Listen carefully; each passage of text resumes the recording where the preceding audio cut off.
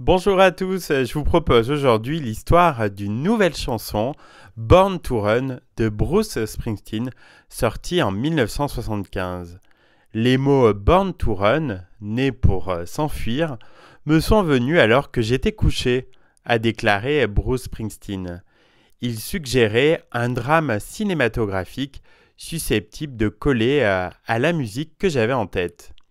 La tête du boss était pleine de rêves quand cette chanson a été en 1974 la première enregistrée pour son troisième album, à l'origine envisagé sous forme de concept avec des titres de chansons suggérés avant même qu'une ligne soit écrite.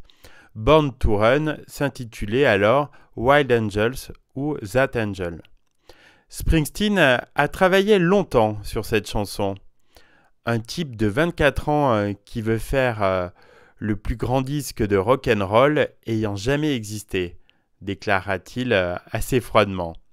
Le magazine de ses fans, Backstreet, a écrit « On en connaît au moins 4 mix différents, avec des cordes et un chœur féminin. Les paroles ont elles aussi subi de multiples révisions. Allusion à la nuit américaine, référence au New Jersey, allusion discrète à James Dean ou Elvis Presley. Springsteen a chanté cette chanson en concert plus d'un an avant sa sortie en disque. Le futur manager Jon Landau a ainsi pu écrire après une représentation « J'ai vu l'avenir du rock'n'roll et il s'appelle Bruce Springsteen ».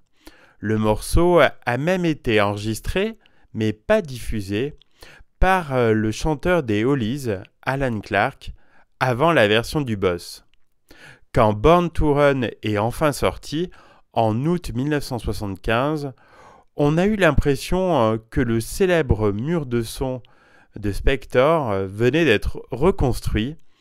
Il s'est vraiment efforcé d'écrire un disque à la Phil Spector, a confirmé Mike Apple, le manager et coproducteur de Springsteen de l'époque.